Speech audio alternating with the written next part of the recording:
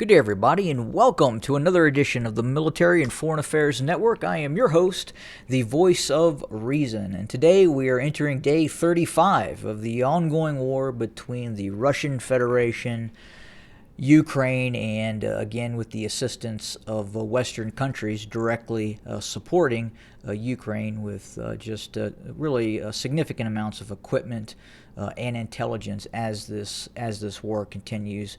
And I'll back away here where you can kind of see the current lines, a line of contact where the Russians have advanced, and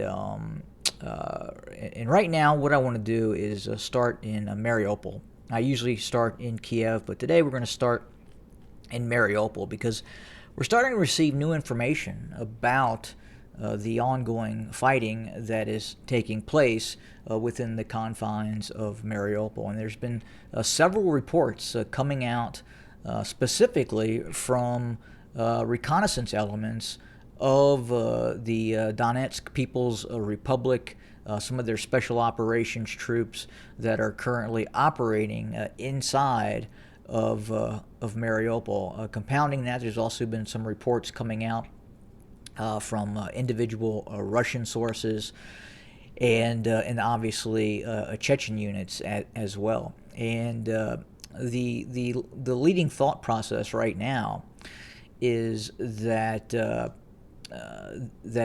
Mariupol could resolve itself within the next few days, up to a couple of weeks. Now, with that being said, some of these new reports that are coming out indicate that it could be quite some time before Russian forces are able to completely seize control of Mariupol.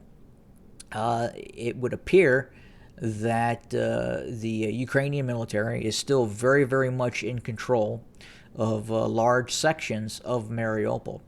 And compounding that, they have been very well supplied over the course of the last many years as they prepared for contingencies in terms of seeing the city besieged by Russian forces, by the forces of Novorossiya, of the Russian-backed sponsored forces in the eastern separatist areas. And obviously, this is much, much bigger to include actual Russian military units, Russian National Guard units, and obviously DPR forces as well. And again, we're hearing some feedback and reports coming out of some of these DPR units, again, that indicates that the Ukrainians are at times better equipped than what the Russian forces possess. What they're seeing is some very advanced sniper assets, sniper rifles, thermal imaging optics, jamming equipment that from reports indicate, again, is more advanced than what the Russian forces have deployed in these areas. But specifically, just the preparation that was made inside of Mariupol, and again, we estimate anywhere from 5,000 to 7,000 Ukrainian forces are still in and deployed and operating in Mariupol. We probably believe right now there is around 5,000, maybe 5,000 plus still operating inside Mariupol. A lot of those forces, back when we were looking at 14,000, 8,000 Ukrainian forces, obviously a lot of those forces have been killed or wounded. But there's still a sizable force that is inside Mariupol that is still tenaciously resisting. And again, it would appear that, again, these are from intelligence reports coming from the actual Russian units that are launching these operations into Mariupol, that it's house by house, street by street. It is very slow moving in some cases, just a few dozen meters in a day, depending on where they're operating at. And again, many of these forces, many of these Russian forces and Russian allied forces, be it the DPR, National Guard, Russian active duty military, are claiming that clearing out Mariupol could take much longer than currently anticipated. I know right now, even in some Western mainstream media, is reporting that Mariupol should be cleared within the next a few days and quite possibly weeks, couple of weeks. But there are reports now that indicates that this could go on for quite some time, meaning many weeks, quite possibly months, depending on what the Russians do. There's one line of thought right now that in the Russian military that simply wants to completely destroy the town and does not want to waste time and, more importantly, manpower assets to physically go in and clear this very well fortified city. Right now, it also appears that quite possibly up to 80% of Mariupol is still under the control of these few thousand Ukrainian forces. And again, the real issue is obviously some of the anti-tank weapon systems that the Ukrainians possess. But more importantly, the sniper systems and the just how good some of these Ukrainian snipers are, and some of these small teams that are roaming around or positioned in Mariupol that are really having an impact on Russian forces and its continued advance into Mariupol, looking for a successful outcome in terms of either having the city capitulate and or taken by force. And right now, it doesn't look like the city's going to capitulate. And again, if it's taken street by street, again, this could take some time. And again, well beyond the initial thought that we were just days away from the fall of Mariupol. Again, when in fact we could be, again, many weeks away from the fall of Mariupol. And again, these reports are not coming from Ukrainian reports, but these are again coming from Russian reports. Now, obviously, Russian state media, RT, what have you, the Ministry of Defense of the Russian Federation is saying something a little bit different. And it would appear that they're trying to paint a fairly rosy picture of the situation in Mariupol, but at the same time, the situation is not rosy. It is very, very difficult, and obviously the Ukrainian forces that have prepared for operations in Mariupol have been doing that for some time, and again, very well equipped. Still fighting and refusing to surrender any inch of territory of Mariupol. So again, that's the kind of the status within Mariupol. It's kind of new information that, while not surprising, again, I think most people were led to believe this could be resolving itself fairly soon. But again, that does not look like it to be the case at this point in terms of the operations that are taking place within the confines and in the environments of Mariupol.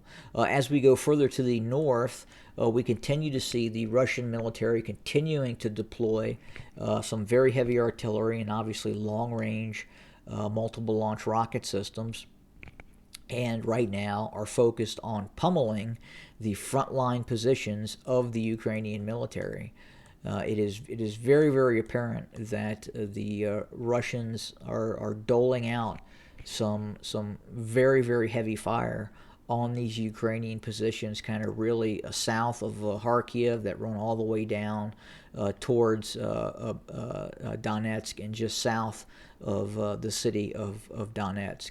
Obviously, we continue to hear reports that the Russians are advancing, and they're doing this again with the heavy use of artillery fire, and that is continuing, and we don't anticipate that that will stop at any point. Obviously, we've heard about the recent talks that have been taking place between Russia and Ukraine. And again, some early reports out of those talks indicate that they're really going nowhere. And both sides are attempting to negotiate from a perception of strength. And we've even heard reports that the Ukrainian military has, in its mindset of quite possibly launching counteroffensives with the eventual goal of quite possibly moving into Crimea, or even threatening the actual border with Russia in some cases. Now, again, we believe that is simply posturing, and again, attempting to negotiate with the perception of strength. And yes, they have attacked and counterattacked in several areas, ranging from Mykolaiv to Sumy to Kharkiv to areas near Kiev. But again, these are kind of localized attacks and are not specifically looking to break the Russian operation that really kind of continues unabated. In other areas near Kharkiv, we have received reports that the Ukrainians have launched a successful cruise missile attack or ballistic missile attack very close to Belgorod. It would appear that a Russian camp was hit. It appears also that a significant amount of ammunition and munitions were destroyed in the ensuing strike by the Ukrainian military that was being reported inside of actual Russian territory, not far from Belgorod. But again, we'll kind of wait and see to actually confirm that. That does look like it did in fact occur. We're kind of seeing reports, obviously, both from the Ukrainians and now certain Russian broadcast channels as well have acknowledged that indeed a Ukrainian strike did occur very close to the city of Belgorod. And again, this is not new. The Ukrainians have launched limited strikes. The last one that was reported was outside of Rostov, and again, that may have destroyed or damaged a few Russian aircraft on the tarmac at an airbase within the vicinity and near Rostov. But again, as we analyzed the prospects of this conflict actually occurring, we had talked about that the Ukrainians obviously are an industrialized nation, and they have the capacity to create their own and manufacture their own weapon systems that could quite possibly strike much deeper than just going after targets near Belgorod. In fact, at some point, if we see this conflict continue, I reasonably believe that we could see Ukrainian ballistic missiles and or cruise missiles striking as far as possibly Kursk or even deeper into the Russian Federation, depending on how desperate the Ukrainians get. And obviously, I don't want to say desperate, but again, if all targets are being struck by the Russians in Ukraine, it would seem reasonable that the Ukrainians would use their maximum capacity to strike back against the Russians. Furthermore, based on the strike that we saw near Berdyansk, in which we saw that Russian ship sunk in its port near Berdyansk. Again, I think it is reasonable to assume quite possibly some very capable weapon systems are being exported to Ukrainian forces from the West. And I would not rule out that the Ukrainian military could be in possession of systems such as the ATACMS or even one or two HIMARS that may have been confidentially deployed into the Ukraine, and the Ukrainians could be actively using against Russian forces. Again, we've seen some very capable drone systems being deployed by the Ukrainians. Obviously, we're seeing a host of other weapon systems as well, to include obviously the Javelin, Stinger, Starstreak, and other systems. So it just seems to make sense that and not outside the realm of possibility that we could see more advanced systems, again, such as these ballistic missile systems or the HIMARS or ATACMS, that could be deployed into Ukraine and be utilized by the Ukrainian military against Russian targets. Now, could that cause an escalation of the conflict? Quite possibly. Again, I do think at some point it is possible that the Russians are going to have to start looking very closely at what Poland is doing, at what Romania is doing, at what the North Atlantic Treaty Organization specifically is doing, very close to the Ukrainian-Polish borders, and obviously the equipment that is coming into Ukraine as well. Again, the Russians eventually are going to have to curtail that if they want to end this operation successfully. And if the Poles and the Romanians and NATO continue to support and supply the Ukrainians with some of these advanced weapon systems, supplies, and other necessities to continue war, obviously the Russians are going to have to do something about it. Now, what does that look like? Again, not sure as of yet, but I do anticipate at some point we could quite possibly see an escalation of this conflict. So again, sounds like the peace talks are really going nowhere. Obviously, the fighting continues in Mariupol. We continue to see very heavy fighting in the east, and we continue to see the Ukrainians attempt limited counterattacks in the northwest near Kiev. But again, as this continues, of course, we will report, document, and make more content for your consumption. So thanks for joining us today, and obviously we will have more in the very, very near future. Have a good day.